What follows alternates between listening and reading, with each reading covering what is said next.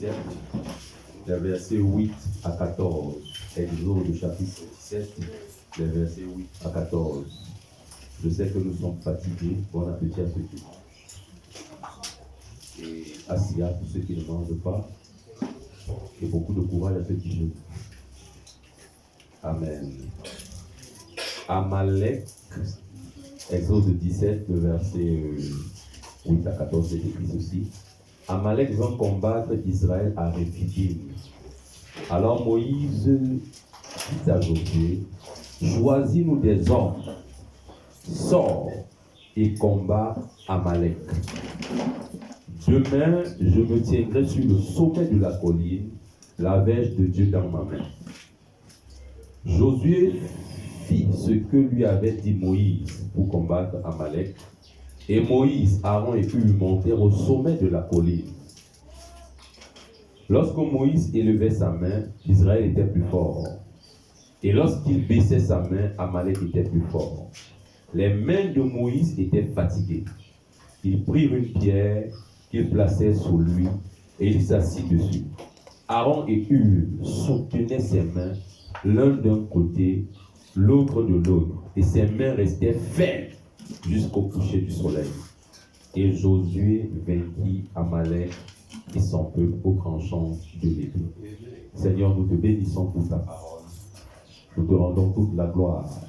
Laisse que cet après-midi encore, cette parole sorte avec puissance et accomplisse le but pour lequel elle est sortie. Au nom de Jésus. Amen.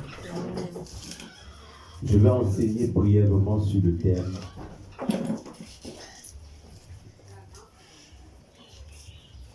l'accomplissement d'une destinée a besoin de deux âmes. L'accomplissement d'une destinée, ou alors de la destinée d'une nation, ou des destinées d'une nation, a besoin de deux âmes. Et nous parlerons de ces deux âmes tout à l'heure. On commence par dire que Amalek est venu pour combattre Israël. Et au verset 9, il est dit que Moïse dit à Josué, choisis-nous des hommes. Moïse était une figure spirituelle, dont la première autorité, la première arme, la première ressource pour qu'une nation accomplisse sa destinée, c'est la ressource spirituelle. Moïse était donc la figure spirituelle qui ouvrait la nation. N'oubliez pas, la Bible dit que par un prophète, le peuple est sorti d'Égypte. Par un même prophète, le peuple fut gardé. Et le prophète qui gardait le peuple était Moïse. Donc Moïse était l'autorité spirituelle qui, étant fort, accordait la victoire et qui, étant faible, assurait l'échec. Mais l'autorité spirituelle qu'est Moïse s'est entouré de bonnes personnes. Des personnes qui savaient le soutenir. Des personnes qui comprenaient sa mission. Des personnes qui comprenaient la vision que Dieu lui avait donnée. Si aujourd'hui l'église n'est pas forte, si aujourd'hui les pères semblent ne plus être forts, c'est parce que les fils qui étaient censés être à côté d'eux ne jouent plus leur rôle. Est-ce qu'on me comprend bien? Amen. Donc l'autorité spirituelle est une ressource importante pour qu'une nation accomplisse sa destinée. La deuxième ressource, c'est l'autorité politique ou encore militaire, parce que c'est l'autorité politique, la ressource politique qui engage la ressource militaire. Mais regardez bien ce qui va se passer. Alors Moïse dit à qui? À Josué. Josué, c'est qui? C'est celui qui est l'autorité militaire, qui va représenter Israël sur le champ de bataille. Qui va représenter Israël sur le champ de bataille. Donc lui ici représente l'autorité politique et militaire. Est-ce que je parle? Est-ce que je parle? Est-ce que je parle? Il représente l'autorité politique et militaire. Mais il ne travaille pas sans avoir la couverture de l'autorité spirituelle. aussi longtemps que les autorités gouvernementales de l'Afrique ne vont pas tenir en respect les autorités religieuses et spirituelles, il y a de fortes chances que l'Afrique n'accomplisse pas ses destinées. Voilà pourquoi l'un des combats que mènent nos ennemis, c'est qu'ils ne veulent pas que l'autorité religieuse impacte l'autorité politique et militaire. Moïse va dire, choisis-nous des hommes. Va choisir des hommes avec lesquels tu vas aller sur le champ de bataille. Donc l'un des problèmes, c'est qu'on parle de choix.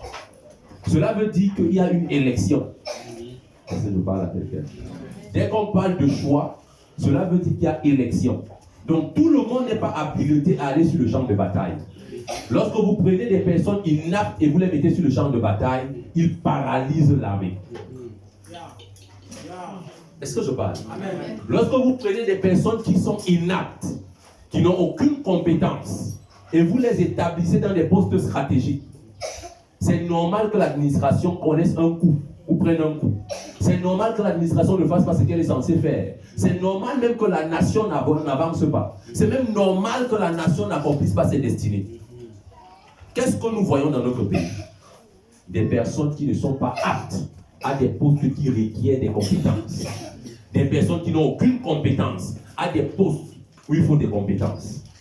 Vous pensez que nos ministres ont peur de venir se soigner dans nos hôpitaux? Pourquoi? Eux-mêmes, ils sont conscients que ce sont leurs enfants qui ont les concours des facultés de médecine. Ils ont acheté pour que leurs enfants soient dans les facultés.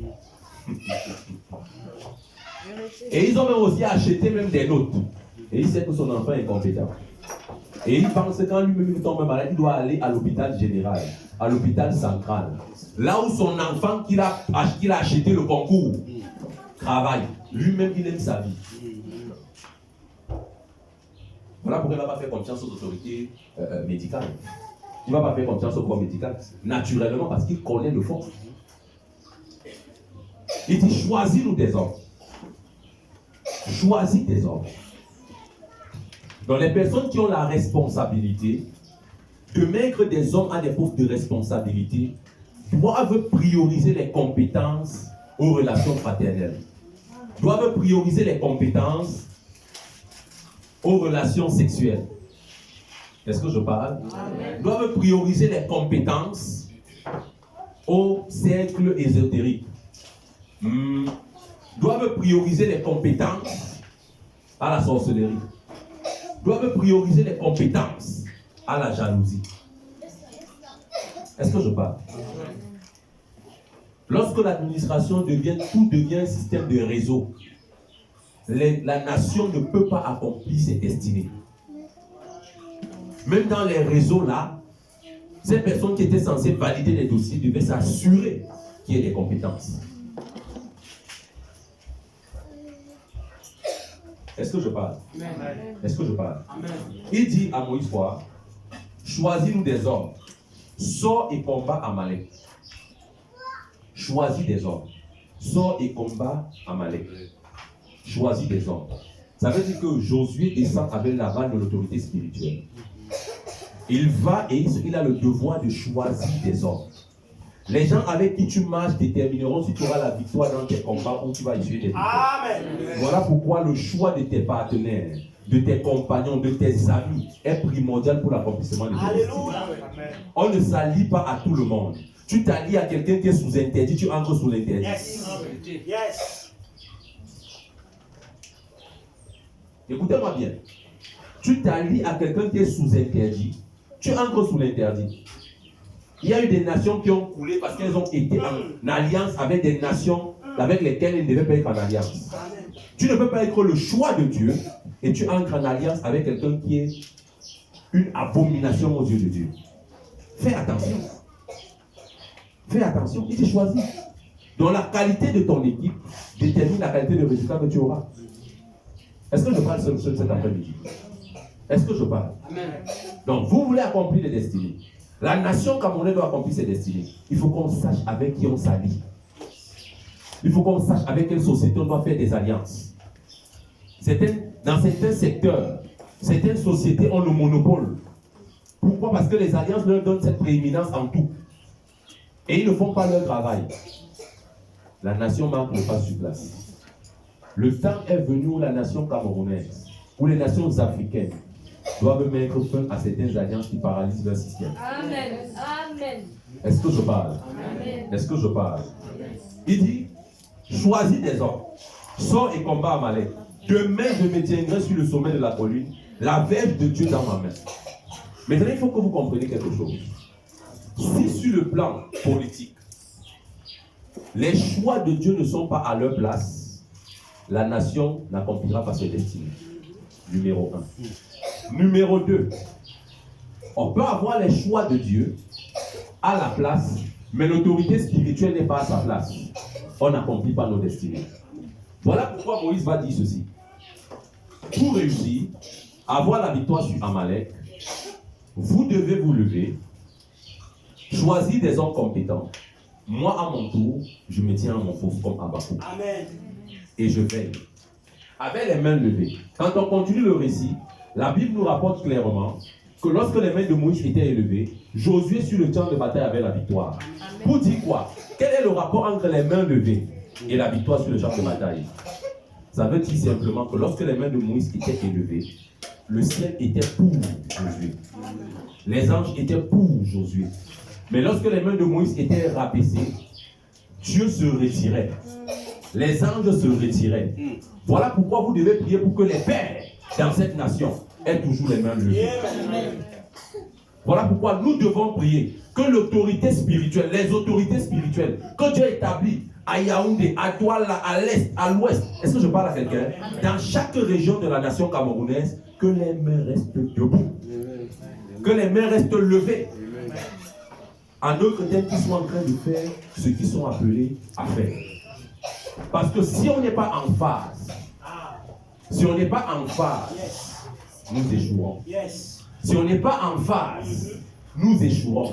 Voilà pourquoi il dit à Josué, demain, toi tu sors avec tes hommes, moi aussi demain, je suis en haut. Et quand il va en haut, il ne va pas seul. Il prend avec lui Aaron et Hur, qui vont le soutenir durant le combat. Écoutez-moi bien. Écoutez-moi bien. Je prie que les autorités religieuses, politiques écoutent ce message. Vraiment. Écoutez-moi bien. La nation ne peut sortir des ténèbres que si l'autorité politique travaille en accord avec les autorités religieuses. Amen. Tant qu'il y aura déphasage, tant que les politiques vont combattre le religieux, il n'y aura pas possibilité aux nations d'accomplir leur destinée. J'ai tellement de choses à dire dessus. Mais tout ce que je veux te dire pour toi qui m'écoutes aujourd'hui, si nous voulons un Cameroun nouveau, nous devons prier pour les choix. Nous devons prier pour les choix. Le changement ne va pas s'opérer de manière miraculeuse. Le changement va s'opérer par des remaniements ministériels. Par des remaniements et des remaniements. Est-ce que je parle? Amen. Il faut que ceux qui ne sont pas à leur place soient enlevés. Même si c'est ton père, s'il n'a pas les compétences, s'il n'est pas le choix de Dieu, qu'il aille occuper le poste qui lui convient. Qu'il laisse le poste qui ne lui convient pas. Est-ce que je parle? Est-ce que je parle? Acclame alors pour Jésus.